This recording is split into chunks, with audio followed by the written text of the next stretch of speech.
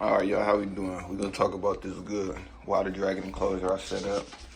This is a hardware store container bin, plastic bin, the all black bin with the yellow top. Around $15, $20, something like that, okay? So I got one of these. I cut a big hole out right here. I think I used a knife. Use a knife. I got this little plexiglass from the dollar store out of the picture frame. And then I just used hot glue to seal up the edges right here so I can create this little window. Now most of the time, I keep water dragons in here, so most of the time I do keep this covered up. So that is covered up with just like a, it's covered up like that sometimes just so the water dragons don't, occasionally try to run and jump into the glass. And here right now I have 4 baby Chinese water dragons. Forgive the size and stuff, I do tend to spray them down a lot. But inside, it's just really a cool basic setup. I got some small foliage, a few little hiding areas for them to go on, a few things for them to climb on.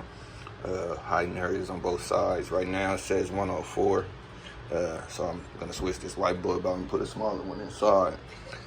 But all I have in here is a big water dish for them to swim in. This is a little food dish. I put greens and I put crickets and dubias in there, so that's what they eat. They are very, very, very small. It's the size of my finger, so they are very small. They're about a month old, month and a half old. I am selling these on my morph market, and I do have more in my incubator. So let's talk about the lighting and heating requirements. Right now, I do not have these guys on a heat mat, but they are on top of another cage. So the lighting from this cage sometimes provide a bottom heat before this bin cage setup. What I did for the top is I cut out 2 square holes. As you can see, I used tape and hot glue to get this mesh to stay on here so I can put the lights on. Really easy, you know what I'm saying? Take a knife, cut it out nice and neat, or the best that you can. Then, glue it down. Use some sealant. Also use some flex glue or something like that, I think it was called. Some white flex glue just to help this stay, because it was coming off a few times. It was coming off. But right now it's staying, it's working pretty good. So this is what I use for my top as a lid, which is the same lid, a mesh screen top with holes cut out, tape and glue. You know what I'm saying? It's really not that hard. I could put these guys in the tank, but since it's kind of hard to keep them in the tank without, them nose rubbing and running into things. This was my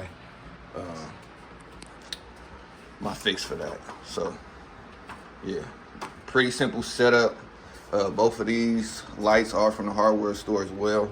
I also keep these lights on a timer, which I got from the hardware store. Yeah, man, pretty simple. I'm gonna say the tub cost me about $20.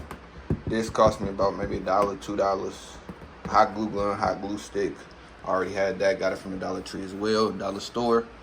Now we don't have 99-cent store, so you know how that goes. But the mesh got from the hardware store, some basic tape. We got masking and duct tape here.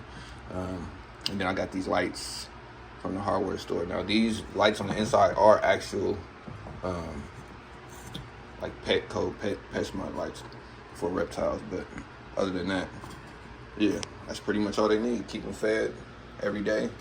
Change the water dish out. And yeah, quick, easy setup. But if y'all don't know what to do or y'all just need some ideas, yeah, you don't gotta spend that much. They're not that big yet, so thanks for tuning in.